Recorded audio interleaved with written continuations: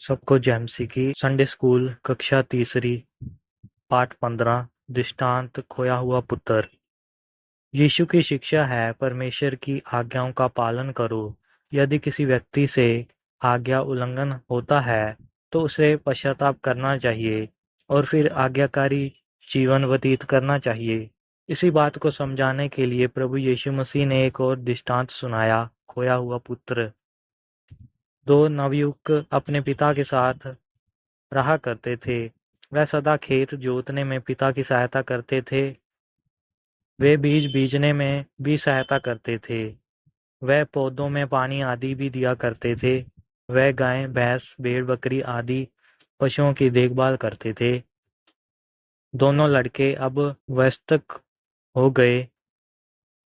दोनों अपने पिता की आज्ञा का फिर भी पालन करते रहे और पिता भी उन्हें प्रेम करता रहा। एक दिन उनके पिता ने उनसे कहा, अब मैं बूढ़ा हो चला हूँ और तुम लोग सियाने हो गए हो। अब तुम दोनों को चाहिए कि सब बातों की जिम्मेवारी अपने ऊपर ले लो और अच्छी तरह देखभाल करो। वह दोनों भाई और उनका पिता शांतिपूर्वक रह रहे थे। वह मिलकर काम करते थे, लेकिन छोटे बेटे के कुछ मित्र थे जो बिगड़े हुए थे। छोटे बेटे के उन बिगड़े हुए मित्रों ने मुझसे कहा, खेत में दिन भर मेहनत करने और इस प्रकार दिन काटने से क्या लाभ? ऐसे जीवन से तुम जिंदगी का मजा नहीं उठा सकते। क्यों नहीं तुम अपने पिता से कहते कि वह तुम्हारे हिस्से का धन तुम्हें दे दे और तुम उस स्थान से कहीं दूर जाकर ऐश करो। फिर तुम्हारा हिस्सा तुम्हें मिल जाने पर तुम्हें अपने पिता व बड़े भाई की आज्ञा पालन करने की भी जरूरत नहीं होगी। खेत में कड़ा परिश्रम भी तुम्हें करने की जरूरत नहीं होगी। तुम्हें इन सब झंझटों से छुटकारा मिल जाएगा। इस मूर्ख छोटे लड़के ने सोचा कि उसके मित्रों की सलाह उसके पिता की सलाह से उत्तम है।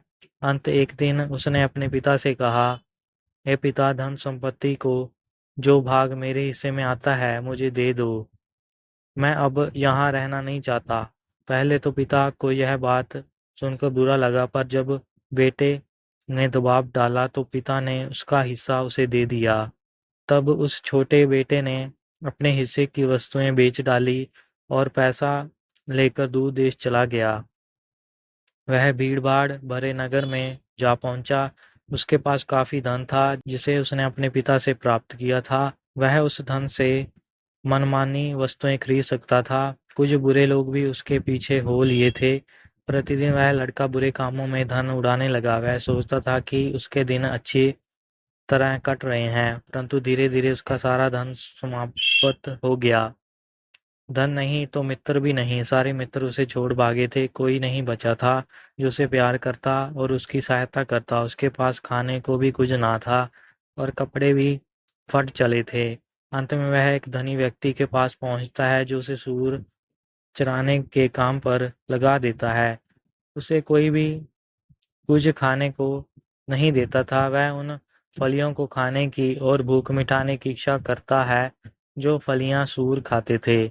इस परिस्थिति में उसे अपने पिता का प्रेम याद आया और यह भी याद आया कि वह वहाँ कितना आशीषित था। उसे घर की याद आने लगी कि वहाँ तो मजदूर भी भरपेट भोजन पाते हैं। वह घर लौटने की बात सोचने लगा, परंतु उसे शर्म आ रही थी। लेकिन एक दिन वह बैठा और मन में दृढ़ निर्णय लिया कि वह वापस घर लौटेगा और अपने पिता से क्षमा मांगेगा। उसने अपने पिता से यह विनती करने का भी निश्चय किया कि उसे एक दास के समान घर में रख लिया जाए। फिर वह घर की ओर चल पड़ा। जब वह घर से थोड़ी ही दूर पर था तो उसका पिता उसे देख लेता है और दौड़कर उसे गले लगाकर चूमता है।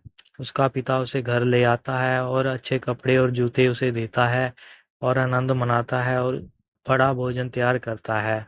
पिता का प्रेम ऐसा ही महान होता है। जब से बेटा घर छोड़कर गया था, वह अपने पुत्र के लौटने का इंतजार कर रहा था। जब बेटा दूर ही था तो पिता ने दौड़कर उसका स्वागत किया। इस पाठ की एक महत्वपूर्ण शिक्षा यह है कि क्रोध के आवेश में आकर हमें कभी अपना घर नहीं छोड़ना चाहिए।